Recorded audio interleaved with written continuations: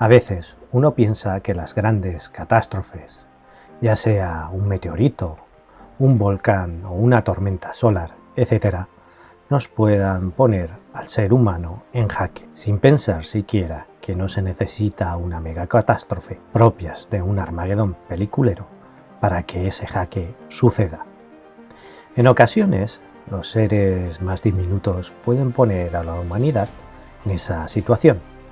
Para muestra de lo que digo, amigos, es la actual pandemia del COVID-19, gestada desde uno de los seres más pequeños que existen, los virus. Ya sea de procedencia artificial o natural y a caballo de lo vivo y lo muerto, y esta es una reflexión muy personal, biológicamente siguen las funciones de replicación y multiplicación, pero desde el punto de vista finalidad o funcionalidad son un sinsentido, a no ser que la propia madre naturaleza los utilice como herramienta y manera para la regulación de la propia vida en la Tierra. Como la purga del cuerpo para deshacerse de los elementos patógenos y nocivos que impiden las funciones vitales. Y es que, si la función de un virus es instalarse en un cuerpo, multiplicarse y acabar con el cuerpo del huésped, lo único que está claro es que con el tiempo, hasta el propio virus, como en una espiral de autodestrucción, acaba por eliminarse por sí mismo, como si la naturaleza hubiera puesto una bomba de relojería para que una vez ejecutada la misión del virus, éste desaparezca de la misma forma que apareció. A lo largo de la historia no son pocos los indicios que tienen los científicos sobre extinciones de determinadas especies a causa de los virus. Entre ellas existe la teoría de la desaparición de los neandertales, debido a un virus que solo afectó a su genoma y provocó la extinción de los mismos, y quedando el Homo sapiens como el único rey de nuestra especie en el planeta Tierra. Quizás un virus sea el fiel reflejo de lo que hacemos los humanos con la Tierra, pero en este caso nosotros somos el virus que está acabando con el planeta poco a poco. Y como buenos virus que somos, ya estamos mutando con nuestra tecnología para poder colonizar otros huéspedes, ya se llamen Marte, la Luna o cualquier otro planeta dentro o fuera de nuestro sistema solar.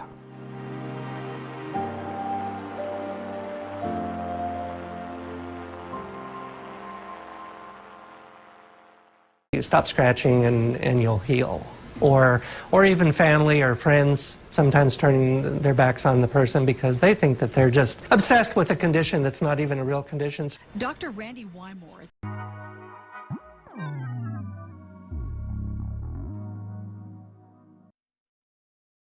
Buenas amigos y amigas de zonaovni.com. El que acaba de hablar es el Dr. Randy Wymore, dando sus impresiones sobre una enfermedad que está a caballo entre enfermedad verdadera o fantasma. Nos referimos a Morgellons, para unos una enfermedad verídica, con unas causas de aparición y diagnóstico misterioso, para otros una enfermedad ya existente con un cuadro psicológico. También hablaremos de nuestros cuerpos de seguridad del Estado y sus encuentros con ovnis. En esta ocasión, la vivencia de un guardia civil da como resultado las declaraciones de un compañero suyo y su experiencia en lo que he titulado Expediente de la Penitenciaría de Ocaña en Toledo. Y además estrenaremos una nueva sección, Investigadores, donde hablaremos de algunos de los investigadores que han dejado huella en el misterio tanto a nivel nacional como a nivel internacional.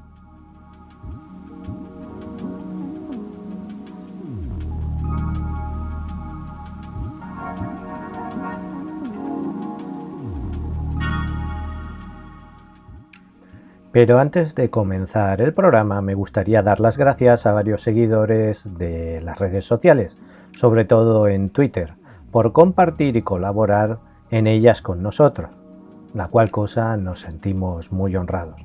En concreto a La Magia de los Asustos, un podcast del misterio. Lo podéis encontrar en @laasustos. También a La Esfinge, otro programa del misterio. Lo podéis encontrar en @laesfinge5. a nuestro amigo Aria51 en Twitter y a Ultramisterios y Enigma, y como no a otro usuario llamado Lotario de Vos. E iremos saludando en cada episodio a todos nuestros hermanos del misterio y que nos dan sus apoyos porque consideramos que es lo mínimo que podemos hacer por ellos.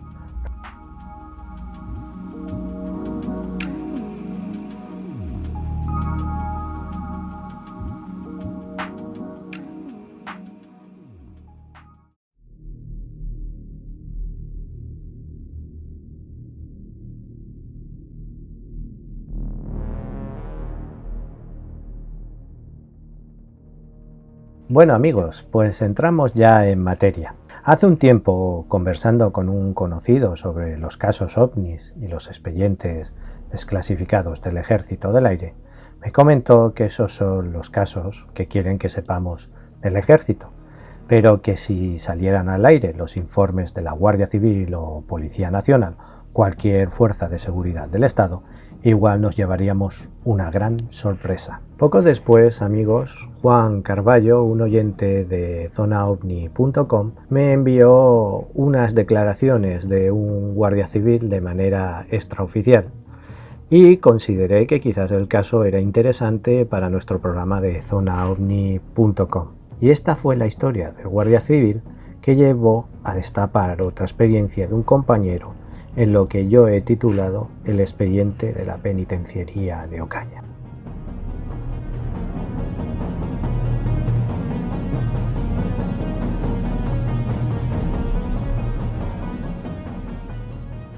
Bueno amigos, pues ahora nos tenemos que retrotraer a un 27 de septiembre de 1989, donde Paco Cábedo, que así se llama el protagonista y guardia civil, se encontraba realizando un servicio de escolta. Consistía en llevar piezas para misiles y explosivos desde Madrid hasta la base militar de Rota en Cádiz. El agente Cábedo y un compañero, sobre las 20:15 a la altura de la urbanización Calipo Fado, en el límite noroeste de la provincia de Toledo, realizó un cambio de escolta y se dirigieron hacia el sur, dirección Cáceres. Un cuarto de hora más tarde, él y su compañero se encontraban a la altura de la localidad de Oropesa. Ya estaba anocheciendo y el sol ya se ponía por el horizonte. Habían pocas nubes, cuando Quevedo, que llevaba el coche escolta, observó en el cielo una luna rojiza. Al principio no le dio mucha importancia, pero poco a poco Paco se dio cuenta que aquella luna se desplazaba. Tras observar atentamente, le dijo a su compañero: ¿Ha visto usted qué luna más extraña, cabo? Déjate de rollos, es la luna, más roja o más blanca. Es siempre la luna y ya está. Conduce y ponte a velocidad adecuada. El agente Cábedo siguió observando aquella luna tan extraña y observó por el retrovisor que el copiloto y el conductor del camión que estaba escoltando también parecían estar viendo lo mismo que él y estaban hablando de ello. Paco pensó que cuando pararan iría a hablar con ellos, por si era una mala jugada de su imaginación, y así continuó durante varios kilómetros más.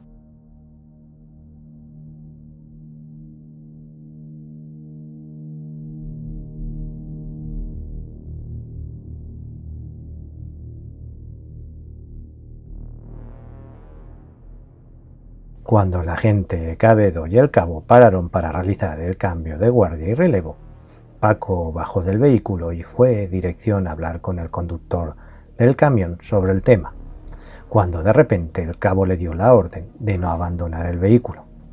Entonces Paco sospechó que el cabo, al adivinar las intenciones del mismo, procuró que nos hablaran entre ellos sobre lo que habían visto. Y así lo logró, pues el camión partió con el siguiente relevo, sin que Paco pudiera haber hablado de aquella luna tan rojiza.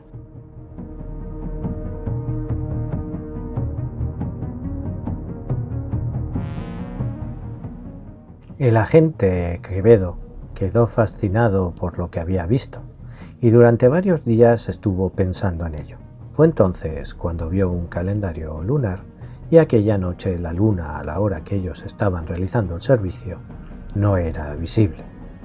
Entonces, ¿qué había visto el agente Quevedo en aquella noche del mes de septiembre?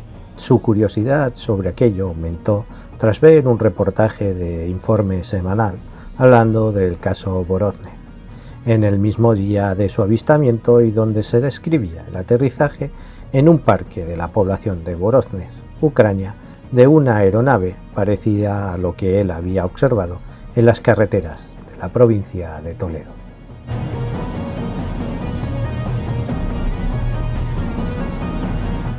Sin respuestas, Paco continuó sus tareas como guardia civil, aunque siempre estuvo con la curiosidad de saber más sobre el tema, y por azares del destino, para Paco no acabaría aquí su historia, puesto que, pasado un tiempo de todo aquello, le tocó realizar un servicio con un compañero, al cual, y por preservar su identidad, se refiere a él por el nombre de Julio.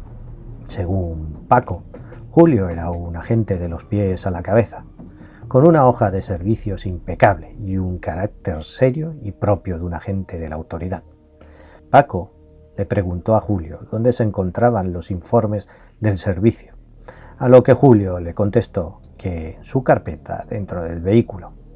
Quevedo se dirigió al mismo y tras sacar de la carpeta los informes observó que dentro de la misma había una revista de ufología y misterio. Quevedo le dijo: «Pero Julio, ¿qué hace esta revista en tu cartera?», en plan jocoso. Julio, muy serio, le contestó: «Si se lo cuentas a alguien, tú y yo la tendremos». Paco se alegró de aquello y con una sonrisa le comentó a Julio que a él también le interesaban los temas ovni. Fue entonces cuando Julio cambió de semblante y se mostró más abierto hacia Quevedo. Fruto de la curiosidad de Quevedo, le preguntó: «¿De dónde viene tu interés por estos temas?». Julio, otra vez con la seriedad que le caracterizaba, le hizo prometer que no se lo dijera a nadie, a lo que Paco se lo prometió. Según Julio, el mismo día, a la misma hora del avistamiento de Quevedo, él y su mujer observaron el mismo objeto que Paco vio, pero a una distancia de 100 kilómetros, en concreto en la localidad de Urda. Vieron aquella esfera rojiza que desprendía como una niebla alejarse hacia el horizonte, hasta desaparecer en unas montañas de la sierra.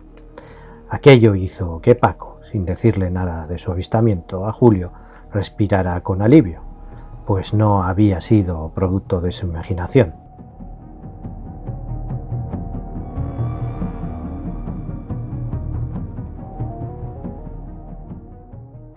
Paco, eso es una pequeña anécdota con lo que me ocurrió en 1983. Entonces Paco, aún sin desvelarle a Julio su avistamiento, le prestó toda su total atención.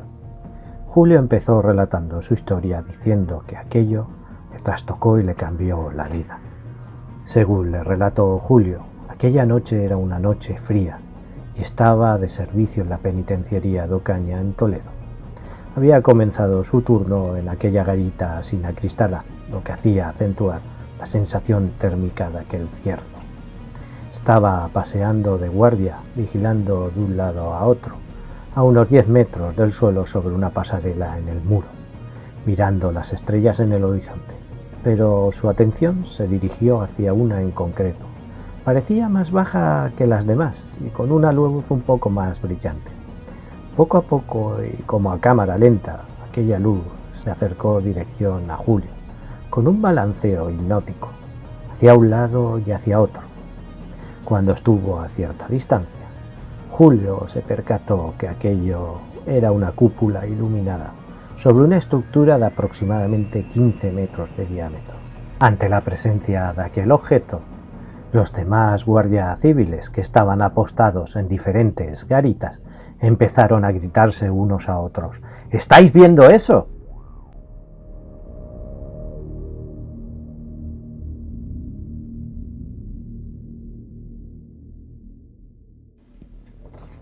Ante aquello, el instinto de Julio le ordenaba que amartillara su arma y se dispusiera a abrir fuego, pero en ese momento empezó a tener una extraña sensación de paz interior y es que cuando Julio tomó conciencia de que su actitud ante aquella cosa no era la más correcta, decidió bajar el arma. La siguiente sensación que recuerda es la de estarse quieto observando aquel balanceo hipnótico del objeto que no hacía ningún tipo de ruido. De color azul, flotaba apenas a unos 50 metros del suelo y a una distancia del muro de unos 30. Parecían dos platos unidos por la mitad y bordeando toda aquella nave había una franja de luz que rodeaba todo su perímetro de no más de 30 centímetros de ancho. Debía pesar varias toneladas, pero se movía con pasmosa gracilidad, y en su parte inferior habían 3 círculos perfectos que delimitaban y marcaban el perímetro de lo que parecía un triángulo.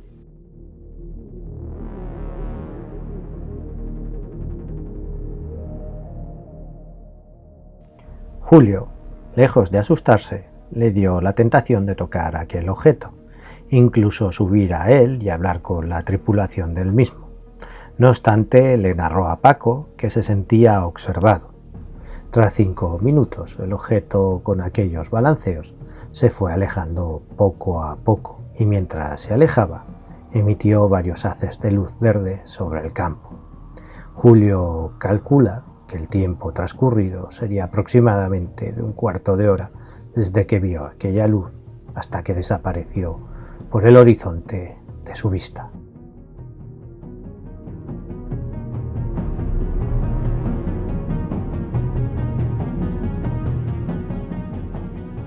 Cuando acabó el servicio, todos estaban algo alterados y hablando sobre aquello.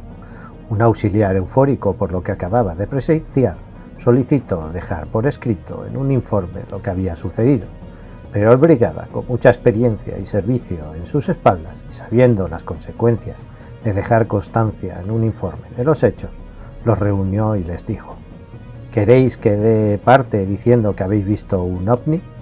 ¿Que unos guardias civiles ven platillos volantes? Según Julio, todos guardaron silencio a excepción del excitado auxiliar, que le retiró al brigada que quería poner en conocimiento a sus superiores de lo que había sucedido. Fue entonces cuando el brigada, cogiéndolo por el brazo, le dijo: si quieres ser guardia civil, no puedes ir diciendo por ahí que ves platillos volantes, hijo. Somos la Guardia Civil y tenemos que estar cuerdos como nadie, defender el orden, la ley y lo oficial. Y como debes de saber, oficialmente esto no existe. Es de gente poco centrada. Nosotros somos rectos y fiables, con los pies en el suelo. Apréndetelo si quieres continuar aquí. Te irá mejor. Acto seguido se giró hacia el resto de guardias y les volvió a preguntar: ¿habéis visto platillos voladores? Fue entonces cuando nadie respondió, así que el brigada no reflejó nada en el informe, a sabiendas que eso le traería líos. Pocos días después, se les ordenó reunirse a todos con varios mandos vestidos de civil. Al parecer, las peores sospechas de brigada se habían hecho realidad. El mando había iniciado una investigación de los hechos. Aún así, todos, en mayor o menor medida, declararon que lo que habían visto había sido un globo o un avión.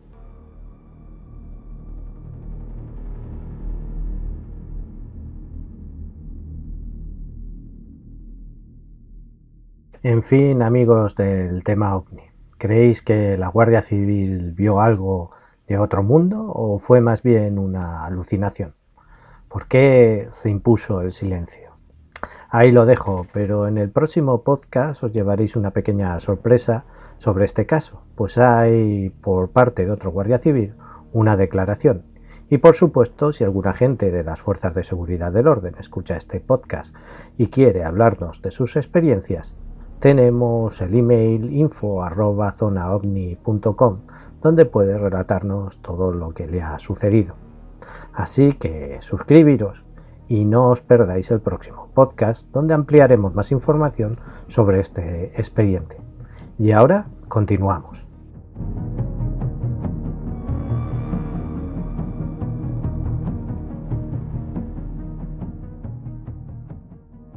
El profesor de farmacología Randy Wymore estudió las fibras en un intento por comprender la enfermedad. Cuando comencé la investigación, pensé que las fibras tenían la clave para entender qué era la enfermedad, porque identificar qué son puede indicar de dónde vienen. Los médicos sostienen que no son más que fibras textiles de la ropa, incrustadas en las lesiones abiertas.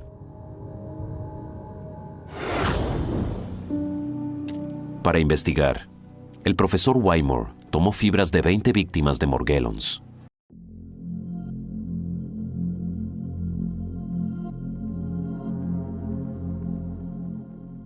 En este segundo corte acabáis de escuchar la traducción del Dr. Randy Wymore, director del Centro para Investigación de la Enfermedad de Morgellons, hablando sobre la extraña afección que vamos a relatar y de los pocos que han examinado científicamente a los enfermos.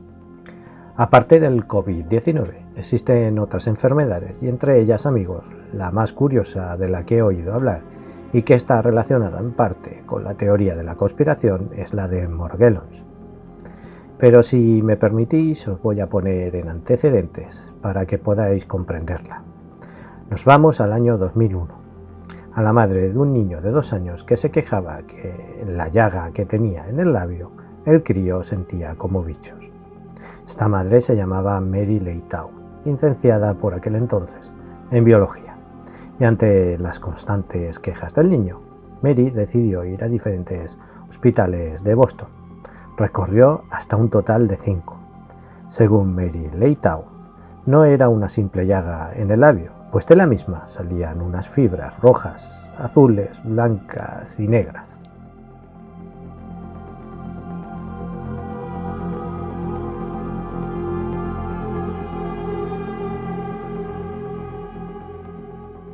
Leitao, tras visitar hasta un total de 8 médicos diferentes, ninguno supo diagnosticar si se trataba de una alergia, una infección, etcétera, etcétera, hasta que fue atendida por el doctor especialista en pediatría Fred Heldrich, del Hospital Johns Hopkins, el cual, tras examinar al hijo de Leitao, no encontró nada raro en el niño y se puso en contacto con el médico de cabecera que trataba al hijo de Leitao, advirtiéndole que quizás Leitao se beneficiaría de una valoración y apoyo psicológico, además de comunicarle su gran preocupación por la utilización de su hijo.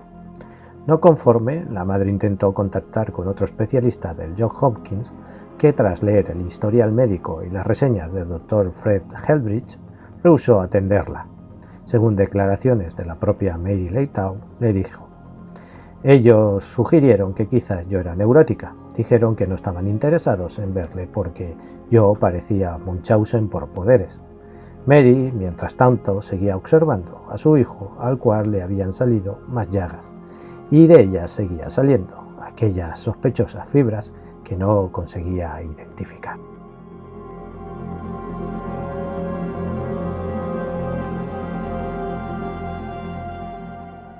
Mary y su marido, ante la negativa de los médicos, optaron por una alternativa más radical, la creación de la Fundación Morgellons Research Foundation, MRF, de una forma no muy oficial, pero con una página web. La sorpresa para ellos fue mayúscula cuando se dieron cuenta que miles de personas se pusieron en contacto con ellos, relatando los mismos síntomas que estaba padeciendo su hijo. Al parecer, Mary no sufría solo ella el síndrome de Munchausen.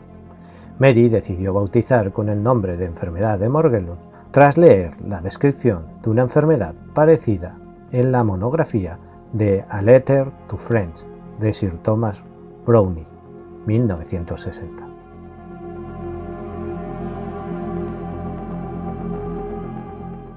Los medios de comunicación se hicieron eco de la iniciativa de los Leitao y en 2006 la CBS fue la primera en hablar de Morgellons en California del Sur, y las reacciones de los servicios de salud del condado de Los Ángeles no tardaron. Según ellos, ninguna asociación creíble de salud, médica o pública, ha verificado la existencia o el diagnóstico de la enfermedad de Morgellons, y no hay razón para que las personas entren en pánico por informes no comprobados sobre esta enfermedad. Esto abrió una cascada de reportajes a nivel nacional sobre el Morgellons, pues detrás de la CBS apareció la CNN, ABC, incluso el Washington Post Magazine, abriendo cada una de sus editoriales sendos artículos y documentales sobre el tema.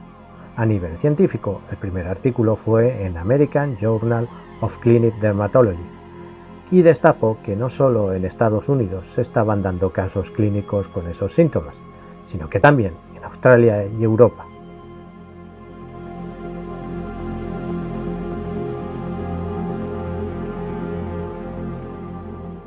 Cuando la bomba informativa estalló, el CDC, Centro de Control y Prevención de Estados Unidos, se vio obligado a tomar cartas en el asunto, pues la gente empezaba a preguntar y presionar al Congreso para que pusiera luces sobre el asunto. Según declaraciones del CDC, esto fue lo que dijeron: no estamos preparados para reconocer que hay una nueva enfermedad, pero la preocupación ha aumentado, ya que muchas personas están escribiendo o llamando a sus representantes en el Congreso, hablando sobre ello. Algunos medios de comunicación hicieron preguntas sobre la naturaleza de las fibras que emanaban de las heridas, y la respuesta fue la siguiente: no lo sabemos, todavía no hemos estudiado en ningún laboratorio las fibras. En 2008, Michelle Person, investigadora principal del CDC, declaró a los medios de comunicación lo siguiente: lo que puedo afirmar como real es el sufrimiento que estos pacientes están experimentando. No puedo caracterizar esto como un síndrome o una enfermedad, solo puedo decirles que es una enfermedad inexplicable. Tras varios estudios y tratar a varios pacientes, el CDC llegó a la conclusión que podía tratarse de una enfermedad nueva y que sus síntomas principales y características serían las siguientes: sensación molesta de hormigueo, mordiscos o picaduras producidas por insectos debajo de la piel, sarpullido y lesiones que no se curan.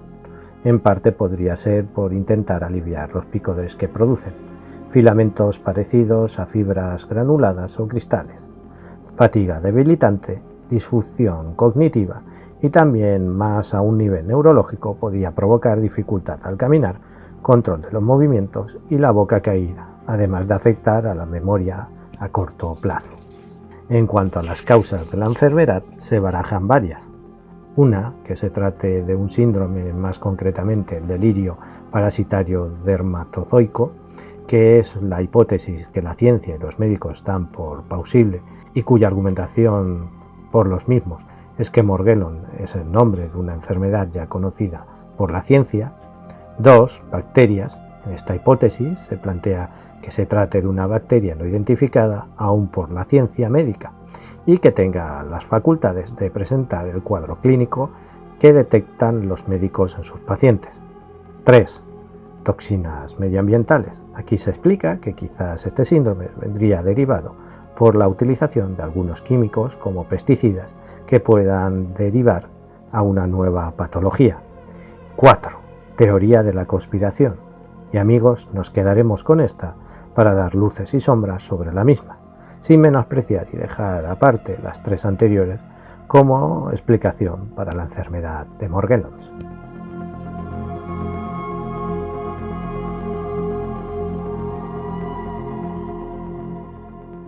En cuanto a la cuarta teoría, la de la conspiración, empezaremos por el análisis que arrojaron las fibras y quizás el síntoma más significativo y extravagante de esta enfermedad o síndrome. El anteriormente mencionado Dr. Randy Wigmore, en su investigación, acordó tomar muestras de las fibras que aparecían en las heridas de los pacientes y llevarlos al laboratorio de criminología de la policía de Tulsa, Oklahoma, que dio como resultado cosas curiosas.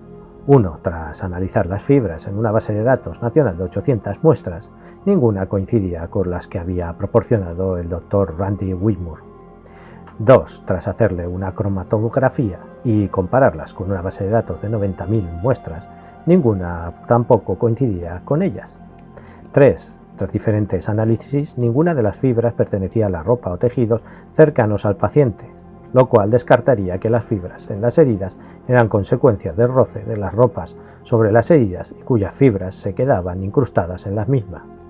4. Las fibras fueron sometidas hasta temperaturas de 700 grados y no fueron destruidas, aunque sí su tonalidad cambió.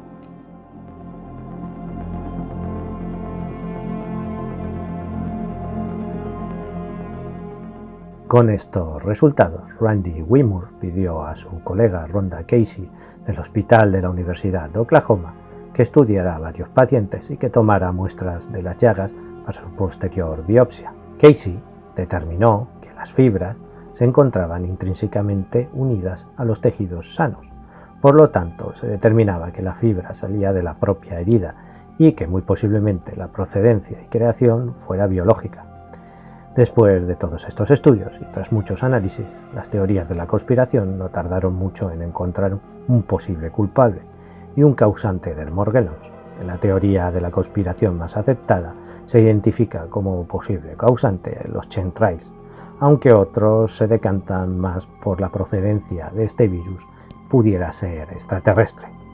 En cuanto a los chemtrails, el estudio del laboratorio ha conseguido identificar que los fragmentos de fibra están ligados estrechamente a la silicona y al polietileno, cuya utilización está unida al encapsulamiento de virus, lo cual hace pensar que tras el Morgellons hay biotecnología y nanotecnología. Esta teoría aún queda más refutada cuando se consiguió analizar lo que caía del cielo tras observar un chemtrail y coincidía sin lugar a dudas con los materiales anteriormente descritos, además de encontrar gérmenes, metales, glóbulos, sedantes, sustancias cristalinas, sales de bario, polietileno y silicona.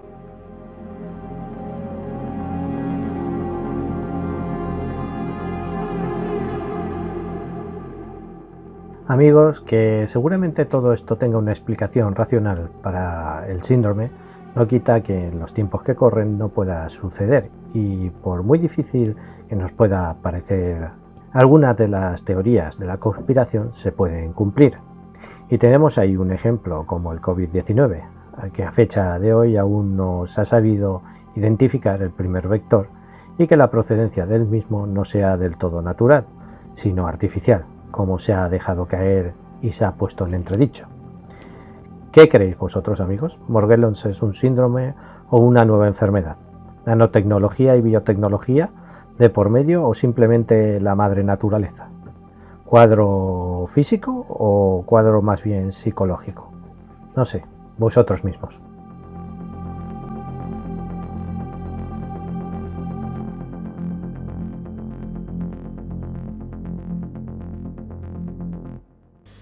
Vamos a tratar hoy de los ovnis, uno de los temas más atractivos para nosotros y también para la mayoría de ustedes. Es un tema sobre el que volveremos una y otra vez, porque siempre queda algo por decir.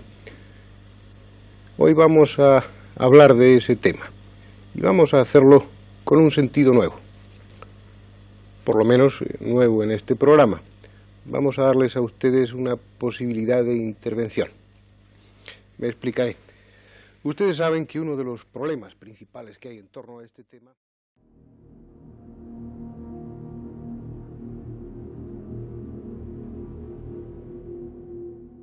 Bueno, amigos, pues abro este nuevo apartado en el programa llamado Investigadores.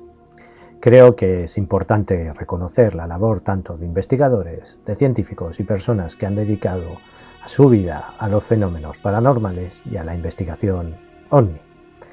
Desde que tengo uso de razón, siempre me han fascinado este tipo de temas y la verdad siempre me viene a la cabeza una persona con la cual deseo abrir esta sección, el doctor Fernando Jiménez del Oso. Y es que allí por los 80, cuando yo era pequeño, me quedaba hechizado escuchando a este hombre por la televisión con aquel aplomo al hablar y aquella voz cerrada. Por eso este pequeño tributo.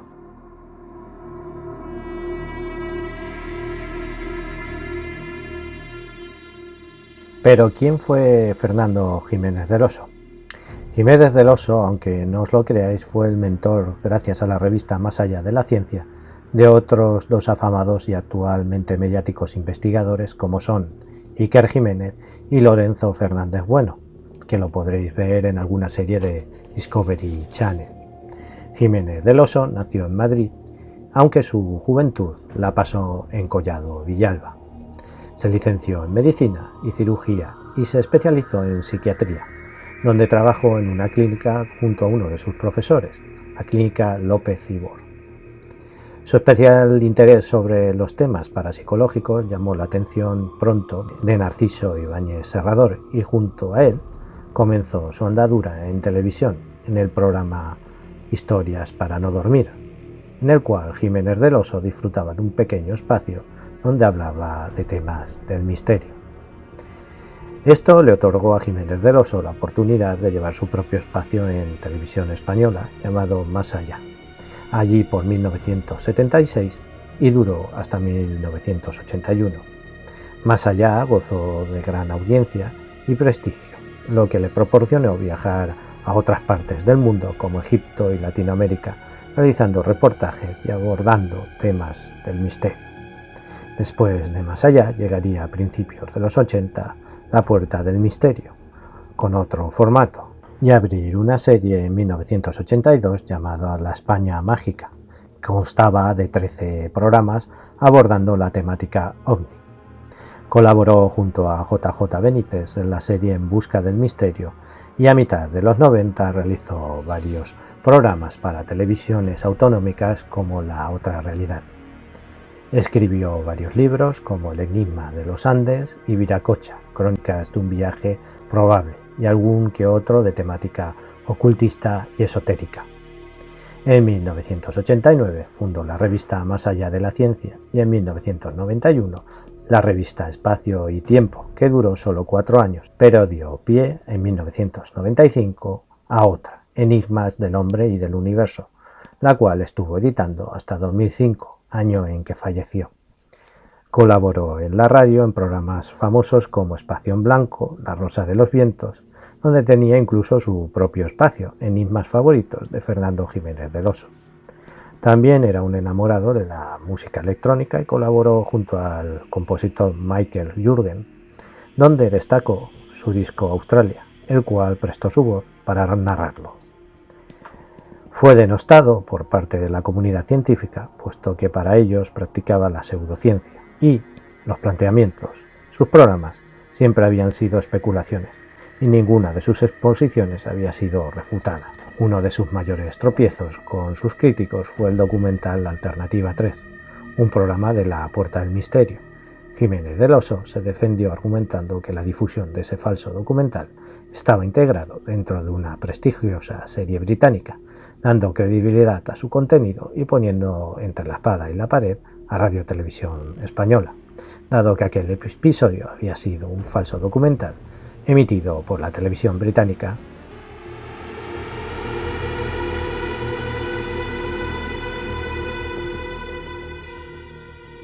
Bueno, ya entramos en la recta final de este tercer programa de la primera temporada y aprovechando este último puente me tomé la libertad de viajar por las provincias de Toledo, de Madrid y estuve en Segovia, una ciudad encantadora y muy bonita como todas las de España. El caso es que allí fui a un restaurante y, como no, comí cochinillo y mientras esperaba me di cuenta que aproximadamente 10 comensales que allí estaban, pues mientras comían, en vez de conversar entre ellos, se dedicaban a ver el móvil y eso me hizo lanzaros una encuesta en Twitter y estos fueron los resultados. La verdad es que me sorprendieron bastante. Ante la pregunta ¿qué opinas del móvil y su uso?, resulta que un 7% de los votos se llevaron la respuesta de que es bueno, con un 30% un mal necesario, con otro 30% aborrega a las masas y con un 33% una nueva forma de control.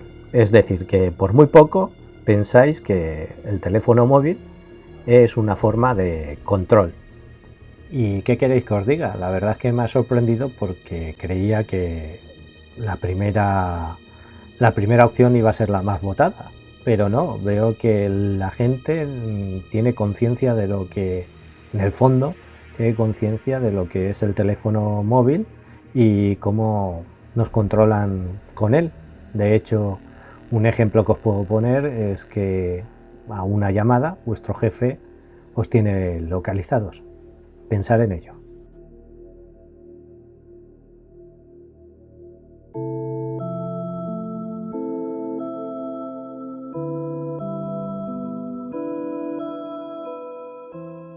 En fin, amigos, hasta aquí este tercer programa y ya sabéis, podéis suscribiros a este podcast en iVoox, Spotify y Google Podcast para estar a la última en episodios, o podéis también seguirnos en nuestras redes sociales. En Facebook podéis buscarnos por @lazonaovni.